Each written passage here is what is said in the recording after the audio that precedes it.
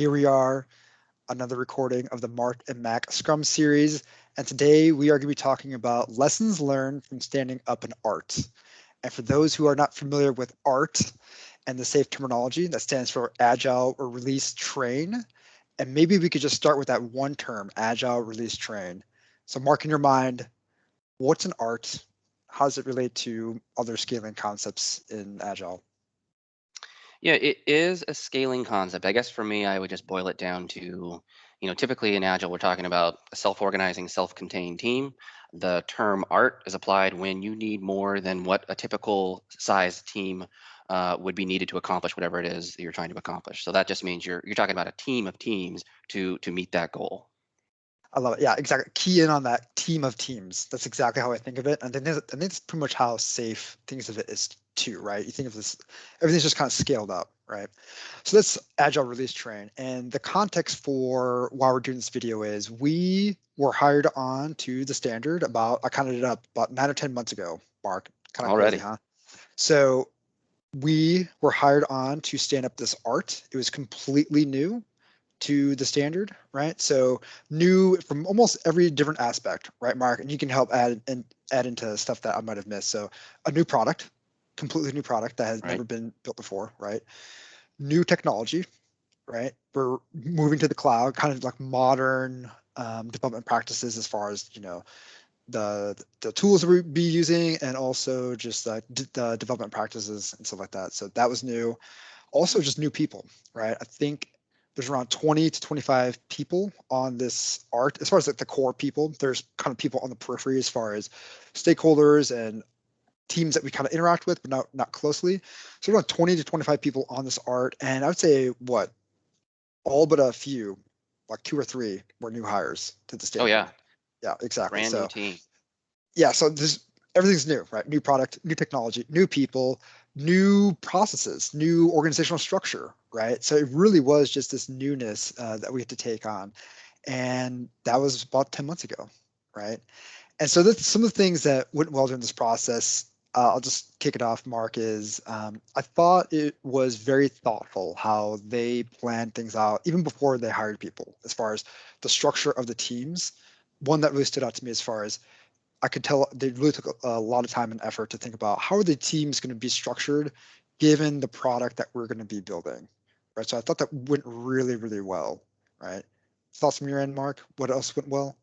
Yeah, I would agree that it was clear a lot of thought had been put into the plan, like the overall direction of where they wanted to go, the need for the amount of people aligned to accomplish that task, and then even for the teams that we were supporting, brought in 25-ish new people to the company. There was intentional ambiguity about how the teams themselves would be divided up, right? We knew we were a team of teams to accomplish this goal, and we knew it was going to take X amount of people, but we kind of let the teams kind of self-organize around, okay, let's get familiar with this end goal that we're after here, which is a long-term project, and kind of get familiar with the lay of the land, get familiar with the company and the technologies, and kind of figure out how are we going to align to accomplish this. Yeah, and kind of along that lines is another thing that went really well is just the tremendous amount of support from top to bottom, right? This wasn't just like a low level, hey, we're gonna go agile, we're gonna hire some teams, and yippee skippy, this can go well. It was really just top to bottom, managers, directors, VPs, everyone was on board with this plan, really trying to make it happen. Lots and lots of support. I thought that went a long way to making sure that we got over a lot of speed bumps that we did experience along the way. Another thing that I thought went really well is the people that they did hire were, for the most part, pretty much all experienced in their profession, right? Scrum Masters, lots of experience, RTE, tons of experience, tremendous leader. A lot of the developers, no stranger to software development whatsoever, right? So people that have worked in more of a scaled environment, more complicated technical practices, and I think that really helped. There's some newer people like software development and kind of agile in general, but it was great bringing together a group of people that had a lot of experience, and it was more about how are we going to work together as opposed to what is this agile thing? How does software development work in general? People kind of knew how to work together in general, but now we just need to like tangibly, hey Mark, let's how are we going to work together like on this Oh, team? sure. Yeah, for our positions, in a sense, it makes our job easier to know that we're not starting from ground zero in that fact of, oh, here's how we're going to work. There was a high level of competency across most of the disciplines. So yeah, so for us, also new to the company and also trying to figure out the lay of the land, that makes for an easier coaching process because we're in this together. And like you said, this is more about figuring out how do we work together, not about the Yeah, disciplines themselves. yeah, exactly. And kind of going back to that good planning, thoughtful planning beforehand. So they thought about what the team's going to look like, but also I could really tell a lot of thought went into the product itself. You know, we had to do a tremendous amount of refinement and discussions, like for a few months, honestly, when we first got hired. But I could tell beforehand they laid it out as far as kind of like the mission, the overall goal, what that product was trying to accomplish. And the roadmap was not short, right? It's a long, long roadmap from a product standpoint. So that was really cool to see. And I also liked that before they even got started, they really looked at like the user journey within the company, and they did some like just investigations to what is the user experiencing when they interact with this company, and where's the highest pain point. So they kind of identify the highest pain point for that user journey, and then they wrapped around that pain point a specific product, and then they had a product in mind, like, all right, cool, we need people to build this. And then came the teams, and then came all this other structure. So there's really a lot of thought around taking a big step back, looking at the user's interaction with the company from a holistic perspective, finding the biggest pain point, and then working a product into that pain point, then the teams. So like it's just a really well thought out logical structure on why are we here. And I thought that Yeah. was great. Yeah, and back to your like the amount of support that we had to get started in this process. I mean, that first PI, that program increment, it was known that it was a ton of discovery work, and yet there was still a ton of excitement from the stakeholders and support just to like, yeah, we know this is going to take time. Go and do your thing and figure it out, and we'll Yeah. keep it going. Yeah, exactly. So it's good to see. And kind of somewhat related is like the technical architecture strategy, right? Once again, lots of refinement, lots of conversations had to be had in the beginning months. So that was we couldn't skip that, right? And I don't know how you would ever skip that, but there was a sense of, well, at a high level, how are we going to build this together? We're going to go to the cloud. We've got the on-prem systems that we have to interact with. In general, what are our thoughts around how this is going to be built out over time? So there's that, and there's also just like at a high level, what do we want to do with our development pipeline? What's it kind of look like? What's like the philosophy behind our development pipeline too? So all that was kind of laid out, fleshed out at a high level. It's just more of a getting the people together, getting them understanding what the mission and the philosophy was, and then just like getting started, right? Yep. Anything else that you can think of, Mark, that went well, or does that kind No, of no, I cover it? guess nothing comes to mind. We kind of Yeah, covered. yeah, exactly. Some of the things that didn't particularly go well is, I guess, since everything was new and we all got hired at the same time, we're all new. It was just a lot to deal with in the beginning, right? It's like this huge elephant that we had to work through on day one. And I noticed that since there was so much that we took on all at once, that it just took a long time to work through it and to kind of get ourselves to a place where we kind of got our feet underneath us. Now we're starting to like actually like run smoothly, right? Oh, for sure. It's like the definition of drinking from a fire hose.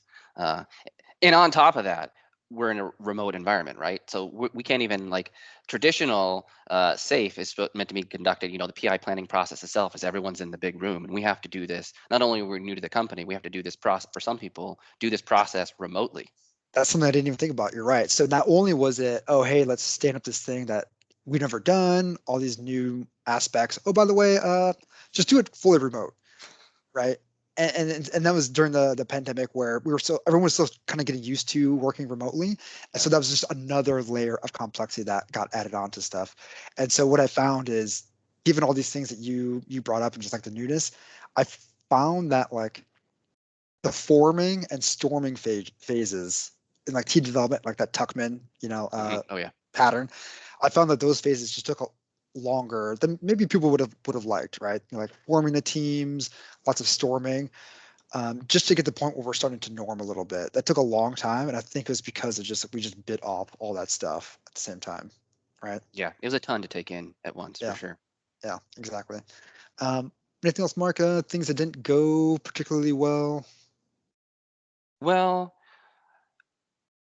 I wouldn't classify it as didn't go well. There's a trade-off. So we talked about how thoughtful the planning was. Hmm. From an agile perspective, there's a bit of a trade-off with, from like a startup mentality, there's this notion of you just go and start delivering, right? And so there's the trade-off of blending agility with this long-term plan that's laid out. And how does the team hit its stride? I think is a question. So again, this is not something that I would say didn't go well. It's just a trade-off that maybe contributed to like the whole fire hose concept of how does a team get on board. If you can't from day one like dig into something, you're kind of prolonging that process of how do we generate the feedback loops that drive towards Yeah. this awesome vision that we're Yeah, after. and you're kind of touching on a little bit of the like the lessons learned, and that's one. I think to me the big lesson learned from this is as much as possible, start small.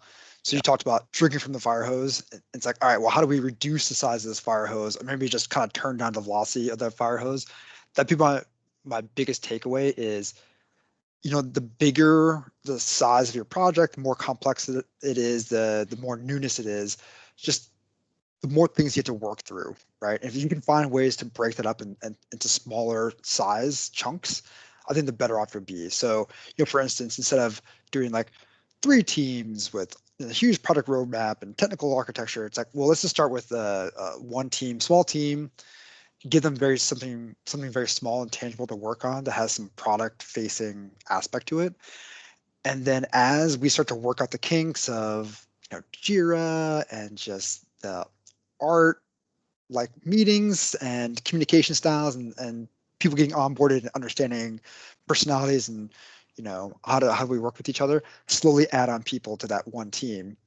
And then as a team gets maybe a little too big, start to think about splitting it up, right? So it's almost like you're just naturally organically growing the art over time, as opposed to just flipping a switch and just saying go and run. Right. So it's like Yeah. build that small team, let it grow, let it grow, let it grow over time. It gets a little too big, you split it and just keep going, right? Just keep adding people to these 2 teams now, and then maybe split it off as it makes sense, right? I think that would go a long ways to like reducing the complexity and just making your life a little easier. Because Mark, I just as I was preparing for this discussion, I was thinking about like, man, like because we start off so new, everything's a problem. Everything. Yeah. Like, what's our Jira workflow? Should we do this meeting or not? Do our product owners understand the backlog and where it's at, and how should we refine it? So like you have to solve every one of those little problems, and the more people you have, the more coordination and consensus building that you need to do, right, for every one of those Right. little problems. And that kind of just makes things very, very hard. As opposed to if you just have one team, it's very small, and they can just solve that problem like locally, very quickly. And then as you kind of grow and mature, maybe you just kind of like reflect back, see what's working, see what's not working, maybe change things up. So that's a big, big takeaway for me. I For sure. have another lesson learned. Go for it. Mark, go for it. This can be seen as like a big negative, but I don't see it that way. I kind of wrote it down as not everyone's going to make it through the transition. Where we hired a bunch of people, we got started, and after a number of months, we had some people leave the company, leave the art, right? It's just it wasn't going to fit for them, and that it can be a big morale like blow, right? Blow to the morale. Um, but I look at it as what we had going on maybe just wasn't fitting them and their Hmm. personality and their career goals and stuff like that. So they just took it upon themselves to find a place that was a better fit for them. So I think that might be a little bit normal as you start a big transition like this. It's not unusual for people to find something that worked for them better because it's just so much going on that to think that 25 people are just going to be extremely happy Yeah. with the way things turn up is, it's not super likely, right? Right. So It's a big change and it doesn't work for everyone. yeah, exactly. So that would just be my takeaway or lesson learned is big change. Um, Product can fit everybody, and that's fine. So just maybe just be aware of that. Like, hey, this transition is going to be hard for some people. Try to support them as much as possible, and realize that maybe the best fit for them isn't where they're currently at. Yeah, makes sense. Yeah. All right. The last thing I had, Mark, at least, as far as a lesson learned or takeaway, is to really embrace that like iterative mindset and being For flexible, sure. right? Where I mean, how many things did we start off doing as far as tools and processes or meetings or whatever that are completely different now? It's just so many different things. So try stuff out. You like whenever a problem comes up, address it, try something, get feedback from the other people on how things are going, and really be flexible in your mindset and the way you do things. Look to change stuff up and just make things better over time. And keep in your mind like the way things are now is not the way things are always going to be. So always be looking to stay flexible and to improve the things that aren't really working that well. Yeah, I mean that can't be said enough for anything that we do agile. Yep. Is you got to incorporate those feedback loops and make the most and adapt as you go. Yep. Because as Exactly. much as you think you won't really learn what you need to learn until you start the process, until you Start the start delivering. process, and yeah, that's it. Just be flexible and just like don't take things personally. Just try things out. Just, like have that strong experimental mindset. Really strong experimental mindset. I think that can Right. go a long way to um, just making progress and helping other people have that mindset too. Right? It's like, hey, this is gonna be all right. We're gonna try it out. We're gonna see what works, and then we're just gonna make it better over time. Yeah. All right, Mark. Any last words for the group? Yeah, I've got one more lesson learned. Just to as far as how to effectively scale this across an art. Hmm. Be super clear about your value streams. So in our case, we've got multiple products, and so if you're gonna scale this effectively and be that team of teams, be super transparent about where the value is and how it all connects together. When we talk about like negative patterns, too many meetings, too many conversations, how do we keep things moving? As best as you can, delineate where the value is and how things tie together. The more effective the scaling, the more effective the conversations will be. Perfect. Yeah. And that's, I try to allude to that to like, the company took a step back and really looked at the customer journey.